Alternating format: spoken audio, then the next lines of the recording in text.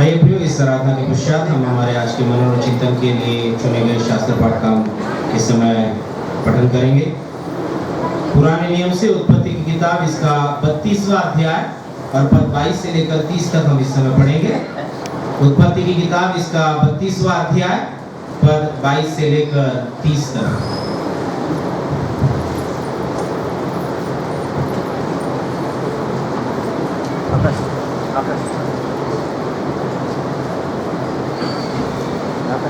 उत्पत्ति की किताब का 32वां अध्याय वचन 22 से लेकर 30 तक।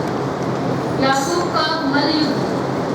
उसी रात वह उठा और अपनी दोनों स्त्रियों और अपने दोनों दासियों और 11 लड़कों को संग लेकर घाट से यब्बोक नदी के पार उतर गया। उसने उन्हें उस नदी के पार उतार दिया, वरन अपना सब कुछ पार उतार दिया, और याकूब आप अकेला रह गया। तब कोई पुरुष आकर पाँव पड़ने तक उससे मल्लयुद्ध करता रहा। जब उसने देखा कि मैं याकूब पर प्रबल नहीं होता, तब उसकी जांघ की नस को छुआ, और याकूब की जांघ की नस उसने मल्लयुद्ध करते चढ़ गई।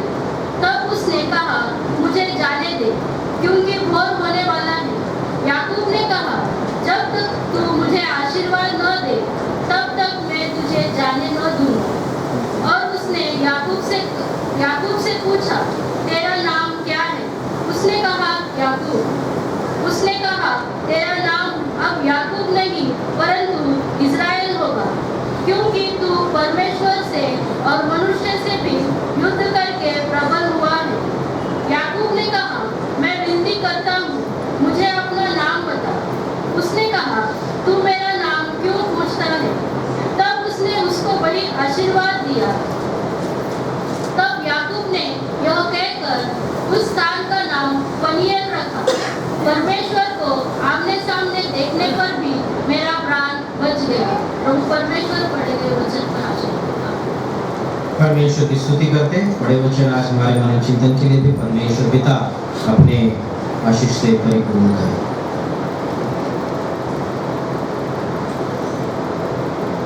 प्रभु यीशु मसीह के प्यारे और मधुर नाम में आप सबों को जय मसीह की। परमेश्वर की हम स्तुति करते प्रियो कि आज प्रभु ने हमें फिर एक बार उसके चरणों के पास बुलाया है। हम प्रभु की उपस्थिति में हैं और निश्चित रूप से परमेश्वर हमें अपने जीवन में अपने स्पर्श का अनुभव वो देना चाहता है। क्योंकि जब परमेश्वर छूता है तब हमारा जीवन यह अंदरूनी तौर से बदलता नहीं, लेकिन हमारा बाहरी जीवन भी है वो भी बदल जाता है। परमेश्वर के नाम को धन्यवाद देते, परमेश्वर की स्तुति करते कि आज परमेश्वर हम में से हर एक को अपना स्पर्श प्रदान करे, वो हमें छुए। यही हम परमेश्वर से प्रार्थना करते हैं। प्रियो, हम अपने जीवन में कई प्रकार के युद्ध को हम देखते हैं, कई प्रकार के युद्ध का अनुभव अपने जीवन में लेते हैं। कई बार हम खुद भी युद्ध में उतरते हैं। इस प्रकार की बातें हमारे जीवन में घटित होती हुई हम रोज बरोज देखते हैं। हम देखते हैं कि कई बार इस युद्ध में कोई जीतता है तो कोई हारता है। कई बार युद्ध जो है हम देखते हैं कि वह कुछ पाने के लिए है और किसके लिए, कुछ खोने के लिए है। युद्ध हम इस बात के लिए भी देखते हैं कि कई बार युद्ध के द्वारा किसी को फायदा होता है तो किसी को नुकसान होता है। युद्ध जब हम करते हैं या युद्ध को जब हम देखते हैं, तब हम देखते हैं कि उसमें से कुछ तो हासिल करने का प्रयास व्यक्ति का या फिर युद्ध करने वाले जो लोग होते हैं वह उनके जीवन में करते हैं। युद्ध आज मनुष्य अपने जीवन में रोज बरोज कर रहा है। युद्ध किस लिए? या युद्ध ऐसा नहीं कि वो जाकर शस्त्र हथियार उठाकर वो एक दूसरे के साथ लड़ रहा है, लेकिन अपने जीवन में आज एक प्रकार का युद्ध मनुष्य लेकर आगे बढ़ रहा है। उसे जो चीजें चाहिए, जो चीजें हासिल करनी है, उन चीजों को पाने के लिए कई संघर्ष वो करता है। उन संघर्षों को यदि हम देखें तो एक प्रकार से वो युद्ध कर रहा है। मुझे वो पाना है, मुझे वो हासिल करना है, और उसके लिए उसे कई बार लड़ना पड़ता है, खुद से लड़ना पड़ता है। इस प्रकार की बातें हम अपने जीवन में अनुभव करते हैं, और यह जो युद्ध है वो हमें अपने जीवन में निश्चित रूप से कई बार जय को देता है, और कई बार हमें अपने जीवन में हार का भी सामना करना पड़ता है। जो हम हासिल करना चाहते हैं वो कई बार मिल जाता है और कई बार नहीं भी मिलता। इस प्रकार की भी बातें हम अपने जीवन में विशेष रूप से देखते हैं। तो मेरे प्रियो, पवित्र शास्त्र में भी हम देखते हैं कि याकूब का मल युद्ध, इसके बारे में हमें आज का जो शास्त्र पाठ हमने पढ़ा है उसमें प्राप्त होता है। उत्पत्ति की किताब इसका 32वां अध्याय पद 22 से लेकर 30 तक या 32 तक भी हम पढ़ते हैं तो वहां पर हमें पता चलता है कि याकूब ने युद्ध किया है। और यह युद्ध जो है यह केवल उसका मनुष्य के साथ हुआ युद्ध नहीं है, लेकिन उसका और परमेश्वर का युद्ध है। परमेश्वर के एक दूत के साथ उसने वह युद्ध किया, इस बात को हम वहां पर देखते हैं। अच्छाई और बुराई का युद्ध, यह हमें यहाँ पर विशेष रूप से नजर आता है। मानवता और ईश्वर डिविनिटी, जिसे हम दैविता कहते हैं, उसका युद्ध जो है वो हमें यहाँ पर विशेष रूप से नजर आता है। याकूब इसमें लड़ रहा है, अपने जीवन में उसे आशीष मिले, उस आशीष के लिए वो लड़ रहा है। हम वहां पर देखते हैं कि इस युद्ध में उसे तकलीफ होती है, उसे चोट पहुंचती है, लेकिन फिर भी इस मल युद्ध में वो डटा रहता है। वह वहां पर खड़ा है, वह स्थिर है। इस बात को हम वहां पर विशेष रूप से देखते हैं। इस युद्ध की ओर अपना ध्यान केंद्रित करते समय हमें याकूब की ओर देखना बहुत जरूरी है। याकूब के जीवन की ओर यदि हम देखें तो याकूब के नाम का अर्थ यदि हम पाते हैं तो धोखा देने वाला है। याकूब के जीवन में यदि हम इस बात को पाए तो उसके जन्म से लेकर उसके जीवन के हर पड़ाव में उसने धोखा देना, इस बात को ही पसंद किया। याकूब का जीवन यदि हम देखें, उसका नाम ही केवल धोखा देने वाला नहीं था, लेकिन उसने अपने पिता को धोखा दिया, याकूब ने अपने भाई को धोखा दिया, याकूब ने अपने ससुर को धोखा दिया, याकूब ने अपने मामा को, जो मामा भी था और ससुर भी था, उसको धोखा दिया। और याकूब ने न केवल ऐसे ही मनुष्य को ही नहीं, लेकिन परमेश्वर को भी धोखा दिया। इस तरह से भी हम उसके जीवन को देखते हैं। इस तरह से उसके जीवन में कई घटनाओं को हम देखते हैं। जिसने धोखा दिया उसके जीवन में उसे भी धोखा मिला, यह भी हम उसके जीवन में इस बात को पाते हैं। वह याकूब जो औरों को धोखा देकर अपने जीवन में आगे बढ़ रहा था, बढ़ने की कोशिश कर रहा था, अपने कदमों को आगे बढ़ा रहा था, अपने हर एक दिन को वो गुजार रहा था। हम देखते हैं कि जब उसके शादी की बात आई, उस समय उसके ससुर के द्वारा उसे धोखा मिला। अर्थात उसके जीवन से इस बात को पाते हैं, जो हम अपने जिंदगी में करते हैं उसका प्रतिफल हमारी इसी जिंदगी में हमें प्राप्त होता है। याकूब ने अपने जीवन में लोगों को वो धोखा देता रहा, लेकिन ऐसा भी समय उसके जीवन में आया कि उसे भी धोखा प्राप्त हुआ। उसका प्रतिफल उसके जीवन में उसे वहां पर प्राप्त हुआ। इस बात को भी हम वहां पर देखते हैं। धोखा देने के साथ साथ यदि हम देखें, याकूब अपने जीवन में भागने में भी बहुत माहिर था। और कई बार इस प्रकार से भी कहा जाता है कि उसने मानो भागने में पीएचडी प्राप्त की हो। वह परमेश्वर से तो भाग रहा था, अपने पिता से भागा, अपने भाई से भागा, अपने लोगों से भागा। उसी के साथ यदि हम देखें, बाद में जब उसके ससुर के साथ में अपने जीवन को व्यतीत कर रहा था, तो हमें वहां पर यह बात भी पता चलती है उत्पत्ति 31वें अध्याय में कि अपने ससुर से भी वो भागा। यानी धोखा देने के साथ साथ परिस्थितियों से भागना, यह भी उसके जीवन में प्राप्त था। यह हम उसके जीवन में विशेष रूप से हम पाते हैं। अब याकूब जब इन सारी बातों को कर रहा था, अपने लिए अच्छाई को देखते हुए, अपने लिए अच्छाई प्राप्त हो इसके लिए वो बुराई करते हुए आगे बढ़ रहा था। लेकिन हम यदि उसके जीवन में देखें, यह सब वो क्यों कर रहा था, तो पहली बात, उसका जीवन बहुत सुख शांति से भरा हुआ हो, सुख समृद्धि से भरा हुआ हो, इसके लिए उसने यह सब चीजें की। दूसरी बात उसने की कि जो दुनिया की जो ऐश्वर्य में बातें वो उसे जीवन में प्राप्त हो, इसलिए वो यह सब चीजें कर रहा था। तीसरी बात यदि हम देखें तो पैसे के लिए वो यह सब चीजें कर रहा था। और भी यदि हम देखें तो इस प्रकार से जब उसने अपने भाई का पहलौठे का अधिकार लिया, हम वहां पर भी देखते हैं कि उसकी यह इच्छा थी कि मुझे सब बातों पर अधिकार मिले। सो अधिकार के लिए भी वह धोखा दे रहा था, भाग रहा था। यह बात हम उसके जीवन में देखते हैं। सो याकूब जो है वो अपने जीवन में सब कुछ प्राप्त करने की इच्छा तो कर रहा था, लेकिन यह सब करते समय बुराइयों के मार्ग से वो अपने जीवन में आगे बढ़ रहा था। उसे अपने जीवन में पैसा चाहिए था, उसे अपने जीवन में अधिकार चाहिए था। और वचन कहता है कि यदि हम रुपए के पीछे भागे तो लोग जो रुपए का लोभ है वो सब प्रकार की बुराइयों की वो जड़ है, ये वचन कहता है। पहला तीमुथियुस उसका 6वां अध्याय और 10वां वचन यदि हम पढ़े तो वचन कहता है, क्योंकि रुपए का लोभ सब प्रकार की बुराई का जड़ है, जिसे प्राप्त करने का प्रयत्न करते हुए बहुतों ने विश्वास से भटककर अपने आप को नाना प्रकार के दुखों से छलनी कर लिया है। जो इस रुपए के पीछे भागते हैं, इस लोभ के पीछे भागते हैं, वह लोग अपने आप को नाना प्रकार के दुखों से छलनी कर लेते हैं, यह वचन कहता है। इसका हम यहाँ पर यह प्राप्त करते हैं कि जितना जरूरी है उतना ही हमें अपने जीवन में लेना जरूरी है, उतना ही प्राप्त करना जरूरी है, उतने के लिए ही परिश्रम करना जरूरी है। यदि हम लोभ के साथ यदि हम कुछ बातों के पीछे जाए तो उसका प्रतिफल दुख प्राप्त होगा, उसका प्रतिफल हम अपने आप को नाना प्रकार के दुखों से छलनी कर लेते हैं, यह वचन यहाँ पर हमें कहता है। क्योंकि परमेश्वर जितनी जरूरत है उतनी हमें प्रदान करता है, हमारी जरूरतों को पूर्ण करता है। शायद हम इसलिए हम इस बात को कहते हैं कि अपने जरूरतों को पूर्ण करने के पीछे रहो, ना कि अपनी इच्छाओं को। इच्छाएं कभी खत्म नहीं होती, जरूरतें खत्म हो जाएगी लेकिन इच्छाएं खत्म नहीं होती। इसलिए अपने जरूरतों को पूर्ण करने के लिए तुम परिश्रम करो। और इसलिए मेरे प्रियो, यदि हम याकूब का जीवन देखें तो याकूब यह अपने जीवन में जब ऐसी बातें कर रहा है, जब वो धोखा दे रहा है, जब वो भाग रहा है, जब वो अपना ही भलाई सोच रहा है, जब वो अधिकार के लिए सब पर मुझे अधिकार मिले, इस बात का जब वो प्रयास कर रहा है, ऐसी बातों से गुजरते समय उसका जीवन जो है, उसके जीवन की शांति उससे खो गई, उसके जीवन का आनंद उससे खो गया। उसके जीवन में सब कुछ मिलते हुए भी वो अपने जीवन में खालीपन को महसूस करने लगा।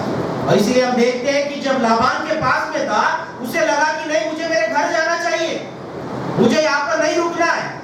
क्यों? क्योंकि उसके जीवन में वह खालीपन, उसके जीवन का वह जो आनंद की कमी है, उसके जीवन की जो शांति खो चुकी है, उसे लग रहा है कि मेरे पिता के घर, मेरे देश में, मेरे भूमि में जाकर ही मुझे वो प्राप्त होगी। और क्यों वो ऐसा सोचता है? क्योंकि मेरे प्रियो, वचनों को यदि हम पढ़ते हैं तो हमें यहाँ पर ऐसा प्राप्त होता है कि याकूब जो है वो अपने जीवन में परमेश्वर के द्वारा एक दर्शन को उसने प्राप्त किया, और दर्शन में उसने यह पाया, जब वो लाबान से भागने लगा, लाबान से भागते हुए उत्पत्ति 31वें अध्याय के 3 वचन को यदि हम पढ़ते हैं, वहां पर परमेश्वर उससे कहता है, यहोवा ने याकूब से कहा, अपने पितरों के देश और अपने जन्मभूमि को लौट जा, मैं तेरे संग रहूंगा। तू भाग रहा है, तू अपने देश से इस देश में तू आ गया, यहां से भी अभी तू भागने पर है, अपने ससुर, अपने मामा उस लाबान से तू भागने पर है। क्योंकि 1 से 2 वचनों को यदि हम पढ़े तो लाबान के पुत्रों की जो बातें उसने सुनी, उससे उसे इस बात का अंदाजा आ गया कि अभी मेरा यहाँ पर रहना ठीक नहीं। क्योंकि वहां पर भी यदि उसकी बातें हम देखें, 30वां अध्याय यदि हम देखते हैं, अच्छी भेड़ बकरियों को अपने पास रख लेता, दुर्बल भेड़ बकरियों को उनको दे देता। और जब यह बात उन्हें पता चली तो उनकी याकूब के प्रति जो उनकी भावना थी, उनके विचार थे, यह बदल चुके हैं। यह उन्होंने जान लिया है कि मैं उनके साथ क्या कर रहा हूँ। तब उस समय हम देखते हैं कि याकूब ने सोचा भी यहाँ से भाग जाना ठीक रहेगा। तब परमेश्वर उससे कहता है, यहोवा ने याकूब से कहा कि अपने पितरों के देश, अपने जन्मभूमि को तू लौट जा, मैं तेरे संग रहूंगा। परमेश्वर उससे बात कर रहा है कि अभी इधर उधर भागने का समय बहुत हो गया, एक जगह से दूसरे जगह से तीसरी जगह कब तक भागेगा? मैं तुझसे यह कहता हूं कि तू अपने देश को लौट जा, अपने जन्मभूमि को लौट जा। और मेरे प्रियो, हम वहां पर इस बात को आगे यदि पढ़ते हैं तो हमें नजर आता है कि परमेश्वर ने उसे फिर दर्शन दिया।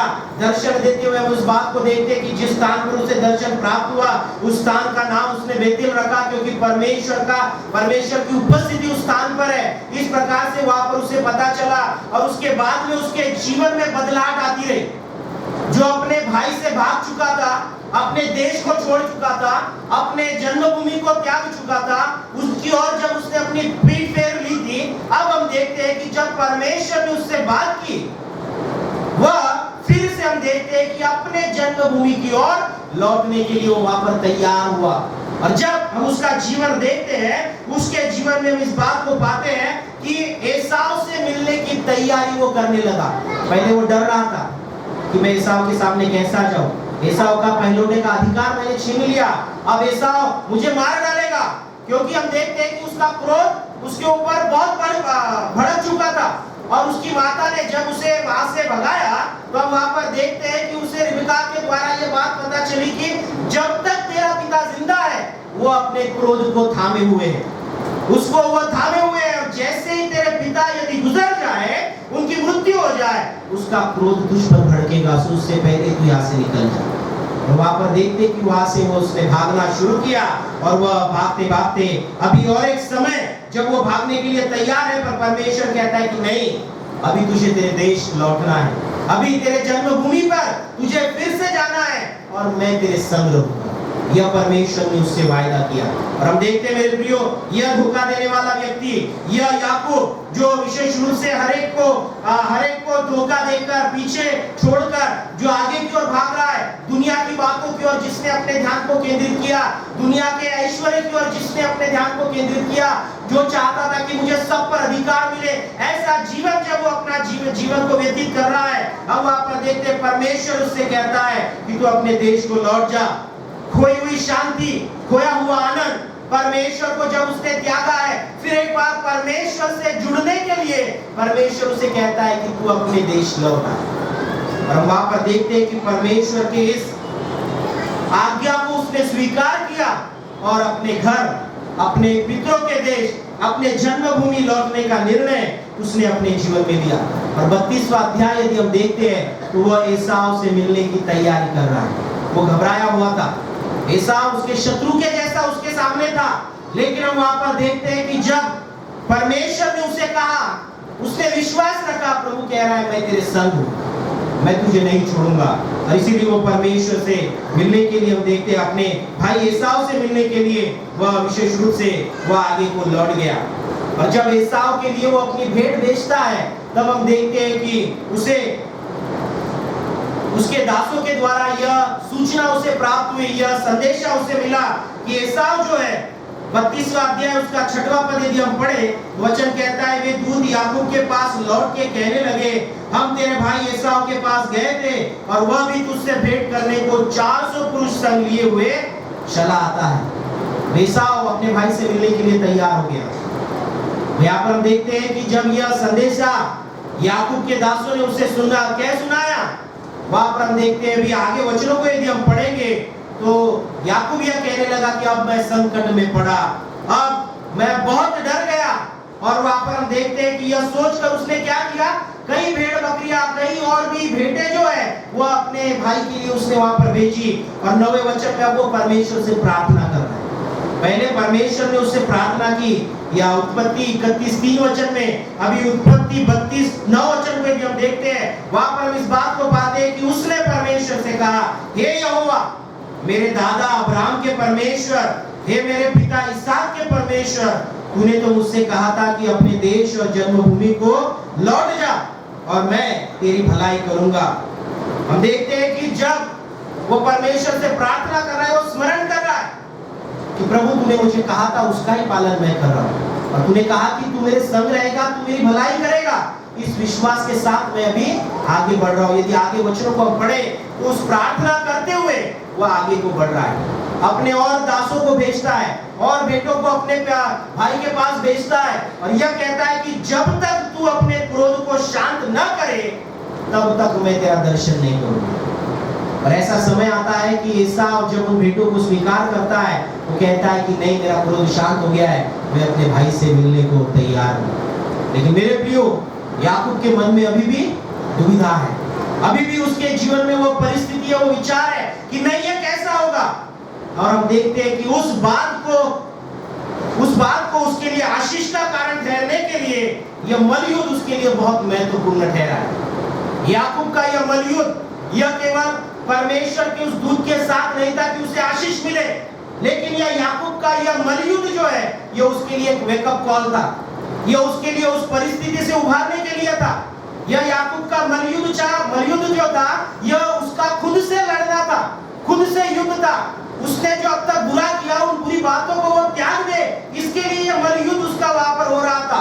जो भी उसने अपने जीवन में जिन लोगों को धोखा दिया, जिन लोगों से वो भागा, उसके लिए क्षमा मांगने का ये युद्ध वो परमेश्वर से यहाँ पर कर रहा है। क्योंकि हम देखते हैं वो कहता है कि जब तक तू मुझे आशीष न दे तब तक मैं तेरा पाँव न छोड़ूंगा, तब तक मैं तुझे जाने न दूंगा।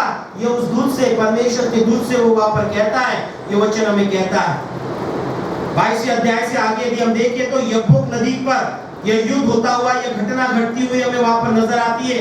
जब उसने अपने सब दास दासियों को, अपने 11 लड़कों को जब उसने उस नदी के पार छोड़ दिया, वहां पर हम वचन यदि देखें 23वां वचन कहता है कि सब कुछ पार उतार दिया और याकूब आप अकेला रह गया। तब कोई पुरुष आकर पाँव फटने तक उससे मलयुद्ध करता रहा। वो अकेला रह गया।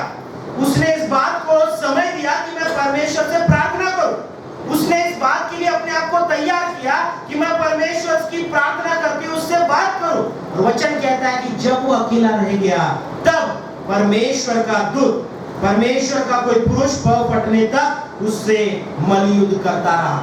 मेरे प्रियो, हमारे जीवन में जब हमारे हालात हमारे शक्ति के परे हो जाते हैं, हमारे विचारों के परे हो जाते हैं, जब हमारे जीवन की परिस्थिति को हम बदलना चाहते हैं, जब हमारे जीवन के निराशाओं को हम बदलना चाहते हैं, जब हमारे जीवन की हारी हुई परिस्थिति को हम बदलना चाहते हैं, जब हमारे जीवन में हम परिवर्तन लाना चाहते हैं, याकूब की तरह हमें परमेश्वर की हुजूरी में अकेला जाना जरूरी है।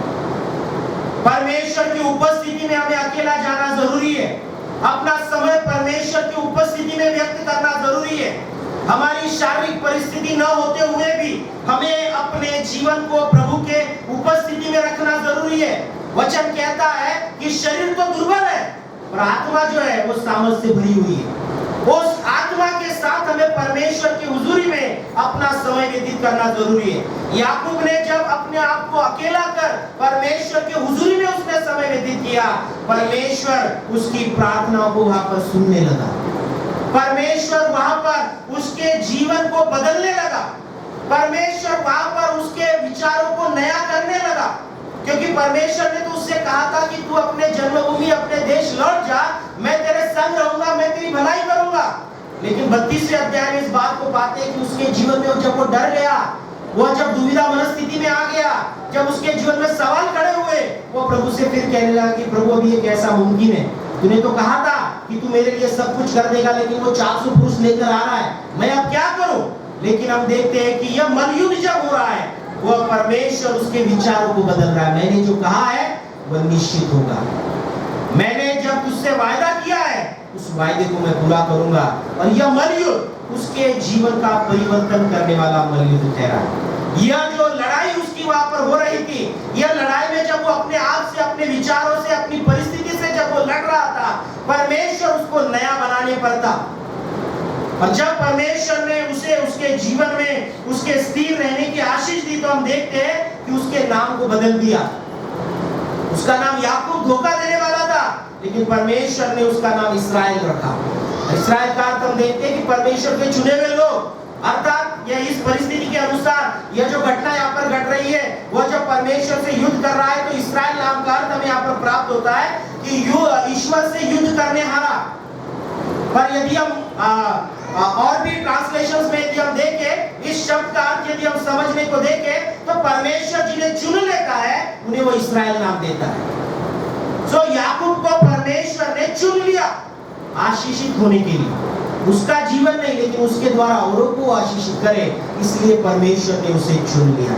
जो धोखा देने वाला था, जो केवल खुद का फायदा देखने वाला व्यक्ति था, जो केवल खुद को प्रतिष्ठित करने वाला व्यक्ति था, जो केवल अपने जीवन में सब पर अधिकार करने वाला व्यक्ति था, जो सबको धोखा देने वाला था, परमेश्वर ने उसको बदल दिया इस्राएल नाम देकर। उसके द्वारा बहुत से लोग आशीषित होंगे, उसका वंश आशीषित होगा।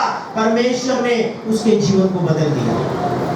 जब हम परमेश्वर के साथ अपना समय व्यतीत करते हैं, परमेश्वर अपने जीवन को बदल देता है। मेरे प्रियो, हम अपने जीवन में यदि हम इस बात को अपने जीवन से लागू करने का प्रयास करें, तो जब संकट हमारे जीवन में आते हैं, जब परेशानी अपने जीवन में आती है, जब हम अपने जीवन में किसी प्रकार के दुखों से हम गुजरते हैं, हमारे जीवन में जब असफलता होती है, हमें ऐसा लगता है कि हम जो कर रहे हैं उसमें से हमें कुछ भी हासिल नहीं हो रहा है, हम क्या करने लगते हैं? हम अपने आप को पीछे ले जाने लगते हैं, हम अपने आप को परमेश्वर से दूर ले जाने लगते हैं, हम अपने आप को परमेश्वर से अलग करने लगते हैं, हम अपनी उन परिस्थितियों में अपने आप को दबा देते हैं। परमेश्वर ये नहीं चाहता।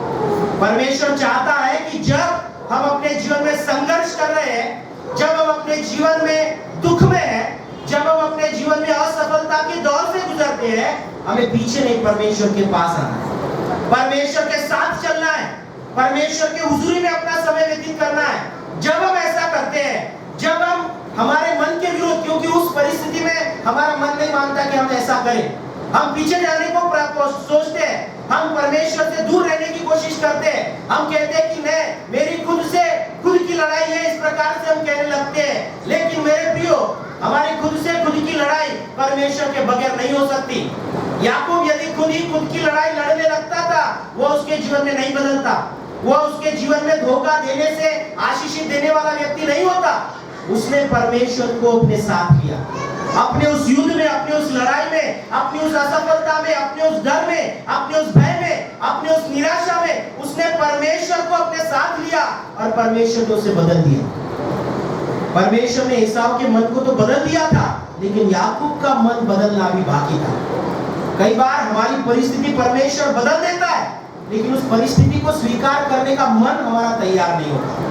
मेरे प्रियो, हमें अपने जीवन में परमेश्वर के साथ आना है, परमेश्वर के हुजूरी में आना है। परमेश्वर सब बदलने पर है, लेकिन उसके लिए हमें अपने आप को भी बदलना जरूरी है। और याकूब के जीवन को परमेश्वर ने वही किया, उसके जीवन को परमेश्वर ने बदल दिया। इसलिए मैंने शुरुआत में कहा, प्रभु जो स्पर्श करता है वो केवल हमें अंदरूनी तौर से नहीं बदलता, हमारा बाहरी जीवन भी प्रभु बदल देता है। इंग्लिश में कहा गया है कि God touch take place within one spirit and are reflected on the outside। परमेश्वर जब हमें छूता है, वह केवल हमें अंदर से ही नहीं बदलता, हमारे अंदर से हमारी आत्मा को ही नहीं बदलता, लेकिन वह बाहर से दिखाई पड़ता है कि सचमुच प्रभु ने इसे स्पर्श किया है, सचमुच प्रभु ने इसे छू लिया है। आज की आराधना में हमने गीत गाए, परमेश्वर तू मुझे छू, परमेश्वर ने मुझे छू लिया है, प्रभु परमेश्वर ने मुझे स्पर्श किया और मेरा जो रोग था, मेरा जीवन का जो भी दर्द था, वो निकल गया। आज परमेश्वर ने आपको और मुझे यीशु मसीह के द्वारा उसने स्पर्श किया है। यीशु मसीह को इस जगत में भेजने के द्वारा उसने अपना स्पर्श आपको और मुझे दिया है। जब प्रभु यीशु मसीह सेवा कार्य में था, हमें कई बार इस बात को नजर आता कि प्रभु यीशु मसीह का स्पर्श जिसे मिला, उसके जीवन का हर दुख दर्द जाता रहा। लेकिन कब? जब पूरे मन से हम अपने आप की लड़ाई परमेश्वर के साथ जब व्यतीत करते हैं, तब परमेश्वर का स्पर्श हमें बदल देता है। बड़ी भीड़ थी, उस बड़ी भीड़ में एक ही स्त्री को प्रभु यीशु मसीह का स्पर्श जान पड़ा। क्यों? क्योंकि उसकी लड़ाई जब खुद से थी, उसने परमेश्वर की उपस्थिति में आना पसंद किया, प्रभु यीशु मसीह के पास आना पसंद किया। बड़ी भीड़ प्रभु यीशु मसीह को छू रही थी, लेकिन उस स्त्री के स्पर्श को, प्रभु यीशु मसीह के आगे बढ़ते हुए कदम को रोक लिया और प्रभु यीशु मसीह ने पूछा कि मुझे किसने छुआ? चेले कहने लगे, प्रभु यहाँ तो कई भीड़ है, हर कोई आपको छू रहा है, हम कैसे कहें किसने छुआ? लेकिन प्रभु यीशु मसीह ने जब वहां पर ठहर कर यह बात कही, वह रक्त लहू बहने वाली जो स्त्री थी, वह कहने की मैंने प्रभु तुझे छुआ। वहां पर देखते उसने प्रभु के शरीर को छुआ नहीं था, उसके लेके उसके कपड़े को ही उसने स्पर्श किया था और उसे चंगाई मिली।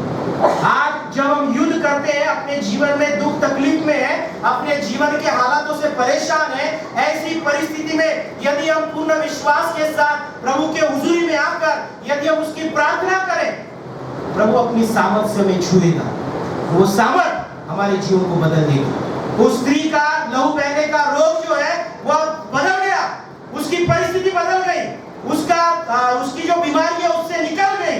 इस बात को हम देखते हैं क्योंकि प्रभु ने उसे छुआ, प्रभु ने उसे स्पर्श किया। लेकिन मेरे प्रियो, हमें जरूरी है प्रभु तू मुझे छू, इस तरह से हमें प्रभु के पास आना है।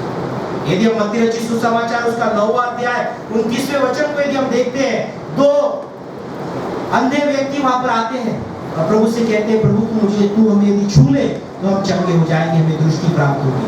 और वहां पर हम देखते हैं कि प्रभु यीशु मसीह ने उनके विश्वास के अनुसार उन्हें छुआ और उन्हें दृष्टि प्राप्त हो गई। जब तक हम प्रभु से कहेंगे नहीं कि प्रभु तू मुझे छू, तब तक मेरे प्रियो प्रभु का स्पर्श हमारे जीवन में कार्य नहीं करेगा। प्रभु परमेश्वर तू मेरे जीवन के हालातों को बदल, जब तक हम उसे नहीं कहेंगे हमारे जीवन के हालात जैसे के वैसे ही रहेंगे। प्रभु हमारे लिए सब कुछ बदलता है, लेकिन हम तैयार हैं उन बदले हुए हालातों को स्वीकार करने के लिए। हमें परमेश्वर से दूर नहीं जाना है, हमें परमेश्वर के पास आना है, हमें चर्च से अलग नहीं होना है, हमें चर्च के कामों में हमें आगे बढ़ना है। हमें परमेश्वर जब हमारे जीवन में वह विशेष रूप से कार्य करता है, वह जब परमेश्वर हमें छूता है, हमारे जीवन को अंदरूनी तौर से नहीं बाहरी रूप से लोगों के सामने प्रकट करता है कि हाँ ये बदल चुका है, याकूब बदल चुका है। एसाव ने देखा, इसलिए वचन कहता है कि जब एसाव ने याकूब को दूरी से देखा, वो भागकर उससे लिपट गया। मेरा भाई बदल चुका है, मेरा भाई याकूब ये पहले जैसा नहीं है। आगे वचनों में यदि हम पढ़ते हैं तो हमें वहां पर यह पता चलता है कि याकूब जब एसाव से मिलने गया तो वहां पर एसाव ने उसे भागकर गले लगाया, उसे चूमा और उससे अपनी प्रीति जो है, अपना प्यार जो है वो उस पर उसने प्रकट किया। परमेश्वर हमारे जीवन को बदलते समय हमारे इर्द गिर्द की परिस्थिति बदलता है। आज यदि हम कहें परमेश्वर ने मुझे छुआ है, अब हम परमेश्वर के आशीष को यदि हम अपने जीवन में अनुभव कर रहे हैं, परमेश्वर हमारे मनों को, हमारे विचारों को, हमारी जो कृति है उससे परमेश्वर बदलने में यह सामर्थ्य परमेश्वर है। लेकिन मेरे प्रियो, हमें अकेले में परमेश्वर के साथ अपना समय व्यतीत करना होगा। याकूब ने वो किया, वह यह मलयुद्ध होते समय वो अकेला परमेश्वर के साथ था। ये वचन हमें यहाँ पर कहता है। प्रभु यीशु मसीह ने भी आज आपको मुझे छुआ है। क्या आज हमारे हालात बदल गए? क्या आज मैं बदल गया हूँ? मैं बदल गई हूँ? ये सवाल आज हमें अपने आप से करना है। यदि हम बदले हैं, सिर्फ अंदर से बदले, बाहर से बदले ही नहीं, तो मेरे प्रियो प्रभु यीशु मसीह का स्पर्श अब तक हमें नहीं हुआ। याकूब का जीवन बदल गया, एसाव ने वो देखा, इसलिए उसका स्वीकार उसने किया। आज कई बार हम हमारा बदला हुआ जीवन केवल बाहर के लोगों तक सीमित रखते हैं। घर के बाहर हम बहुत बदले हुए हैं, घर के अंदर हम बदले हुए नहीं है। हमारा पति का साथ, पत्नी के साथ हमारा जो रिश्ता है वो अभी भी कहीं तो भी उलझन में, किसी प्रकार की परेशानी में, किसी प्रकार के मतभेद में, आज भी हमारा और हमारे बच्चों के साथ में हमारा रिश्ता किसी प्रकार के उलझन में। आज हमारे जीवन यह अंदर से बदला हुआ है, लेकिन हमारे घर के अंदर हमारा बदला हुआ जीवन प्रकट नहीं होता। मेरे प्रियो, याकूब का जीवन केवल बाहर में ही बदला नहीं, उसके भाई के साथ उसका रिश्ता परमेश्वर ने यह आशीषित कर दिया। उसका बदला हुआ जीवन उसके भाई ने वहां पर देखा और उसका स्वीकार उसे वहां पर किया है। और इसीलिए वचन कहता है कि जब पवित्र आत्मा का सामर्थ तुम्हें प्राप्त होगा, तुम सर्वप्रथम यरूशलेम में उसके गवाह बनोगे। जब परमेश्वर की सामर्थ हमें प्राप्त होती है, जब परमेश्वर का स्पर्श हमें प्राप्त होता है, सर्वप्रथम हमारा यरूशलेम बदलता है। हमारे घर में हमारी गवाही स्थापित होती है, हमारे घर में हमारी बदलाहट हुआ का जीवन जो है वो नजर आता है। उसके बाद फिर हम यहूदिया में जाते हैं, उसके बाद फिर हम शोमरोन में जाते हैं, उसके बाद फिर हम पृथ्वी के छोर तक गवाह होते हैं। परमेश्वर चाहता है याकूब के जैसा हमारा जीवन बदल जाए। याकूब के जैसे धोखा देने वाली परिस्थिति से औरों के लिए आशीष का कारण हम बने। परमेश्वर ऐसा जीवन हमारा चाहता है। आज हम सोचे, अपने आप को सवाल करें, अपने व्यक्तिगत जीवन को हम टटोले, आज मैं किस रीति से अपने जीवन को जी रहा हूँ। आज हम याकूब की संतान, अब्राहम, इसहाक, याकूब की संतान अपने आप को हम कहलाते हैं। अब्राहम का परमेश्वर, याकूब का परमेश्वर, वो इसहाक का परमेश्वर, इस प्रकार से हम उसे पुकारते हैं। लेकिन उसकी संतान इस नाते से क्या हम अपने जीवन को आज जी रहे हैं, ये आज हमें अपने आप को पूछना है। अपने जीवन में हमें उसे देखना है। यदि निश्चित रूप से यदि हम उसे हाँ कहते हैं, तो निश्चित रूप से परमेश्वर हमारी भलाई करने पर, हमारे संग वो रहने वाला हमारा परमेश्वर है। याकूब के वो संग रहा, याकूब की उसने भलाई की, वो परमेश्वर आपकी और मेरी भलाई क्यों ना करेगा? वो परमेश्वर हमारी भलाई निश्चित करेगा। लेकिन याकूब के तरह उस मलयुद्ध में हमें अपने आप को परमेश्वर के हुजूरी में लेकर आना है। तो परमेश्वर करे कि हम हर समय, हर दिन, हर क्षण अपना जीवन उस परमेश्वर के हाथों में दे, उसके साथ अपना समय व्यतीत करे और अपने जीवन का कोई भी युद्ध क्यों न हो, वो शायद व्यक्तिगत हो, सांसारिक हो, वैचारिक हो, आत्मिक हो, हर युद्ध परमेश्वर हमें जय को प्राप्त करने वाला हमारा परमेश्वर ठहरे, ये प्रभु से प्रार्थना करें। तो परमेश्वर इन वचनों के द्वारा आप सबको आशीषित करे और आपके लिए भी यदि युद्ध की परिस्थिति से आप जा रहे हो तो युद्ध आपके लिए एक वेकअप कॉल ठहरे, परमेश्वर के पास आने की बुलाहट ठहरे, ये हम परमेश्वर से प्रार्थना करें। प्रभु का धन्यवाद। आइए प्रार्थना करें। प्यारे प्रभु जी, हम इस समय आपके नाम को धन्यवाद देते हैं, आपकी स्तुति करते हैं। याकूब ने आपकी आज्ञा को माना और यब्बोक नदी के किनारे अपने आप को आपकी हुजूरी में प्रभु लेकर आया और पिता उसकी प्रार्थना को सुनते हुए उसके उस मलयुद्ध में प्रभु आपने उसे जय दी, उसका नाम बदलकर उसे इस्राएल नाम दिया और पिता परमेश्वर आपने उसे उसके जीवन में वहां से आगे एक विजयी जीवन दिया। प्रभु आज हम आपसे प्रार्थना करना चाहते हैं, आज की आराधना में जब हम सम्मिलित हुए, हमारे भी जीवन में कई प्रकार के युद्ध होते हैं, हमारे विचारों में हो, हमारे शारीरिक जीवन में हो, हमारे आत्मिक जीवन में हो, हमारे पारिवारिक जीवन में हो, हमारे व्यक्तिगत जीवन में हो। प्रभु जी, जो कोई भी युद्ध है यदि वो हमें पीछे ले जा रहा है, हम आपसे प्रार्थना करते हैं कि प्रभु वो युद्ध हमें आपके पास लाने वाला है। हम पीछे नहीं, हम आगे बढ़ने वाले आपके लोग बने, हम आपसे दूर नहीं, आपके पास आने वाले हम आपके लोग बने, ऐसी आप कृपा करें। क्योंकि प्रभु याकूब का जीवन आपने सचमुच बदल दिया, आपने उसे नया किया, आपने उसे परिवर्तित किया। हम चाहते पिता आज आप हमें भी नया करें, हमें परिवर्तित करें और हमें आशीषित करें। हमारा जीवन आज हमारे परिवार के लिए, हमारे पति के लिए, हमारे पत्नी के लिए, हमारे बच्चों के लिए, हमारे माता पिता के लिए, हमारे कलीसिया के लिए प्रभु हमारा जीवन ये आशीष का कारण बने पिता, और हमारे द्वारा प्रभु आपकी महिमा आप देंगे। सारा आदर और सारी महिमा आपको देकर प्रार्थना यीशु मसीह के नाम से मांगते हैं, सुनिए बड़ी दया से।